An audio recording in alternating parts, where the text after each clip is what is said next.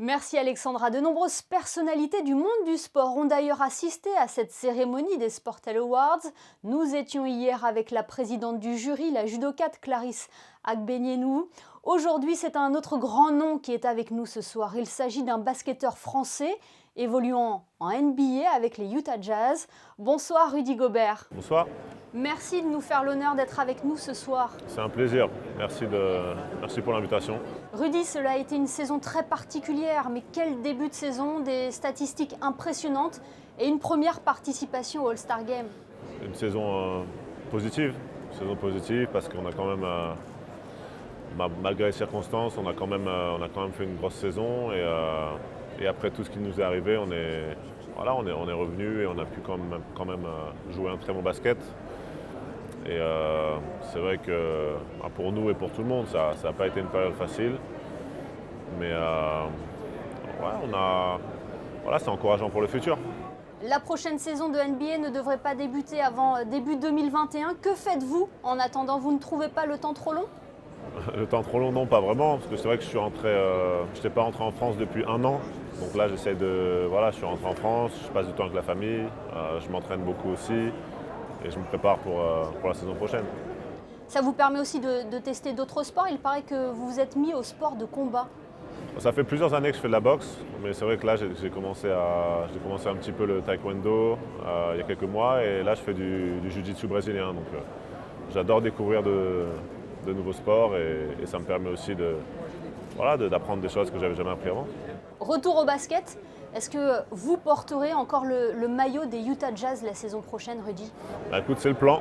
C'est le plan. L'objectif, c'est vraiment d'essayer d'aller chercher le titre avec le Jazz. Et ouais, il me reste encore 1 an de contrat quoi qu'il arrive. Donc pour l'instant, je suis à 200% avec le Jazz. Et c'est une équipe importante pour vous. C'est elle qui vous a donné votre chance dans la Grande Ligue. Exactement. Je pense que gagner ce titre avec la franchise, d'où tout est parti et qui a cru en moi dès le début, ce serait incroyable. Après tout ce qu'on a traversé les 7 dernières années, pour moi, ce serait quelque chose qui a énormément de valeur. On parle d'objectifs, un titre. Est-ce que les Jeux Olympiques aussi font partie de vos objectifs? Clairement. C'est un rêve. C'est un rêve d'essayer d'aller chercher la médaille d'or avec mon pays, avec la France pour les JO. Et on s'est qualifié directement l'année dernière grâce à la Coupe du Monde. Et on compte bien y être et essayer d'aller chercher cette médaille. Vincent Collet a dévoilé sa liste de joueurs pour les matchs de qualification pour l'Euro 2022. Les Français de NBA sont les grands absents, vous n'y figurez pas. Il paraît que c'est en raison du refus de la NBA de vous libérer, c'est exact? Pas vraiment, c'est juste que les camps d'entraînement de la NBA vont démarrer le 1er décembre. Donc ça, c'est juste pas possible.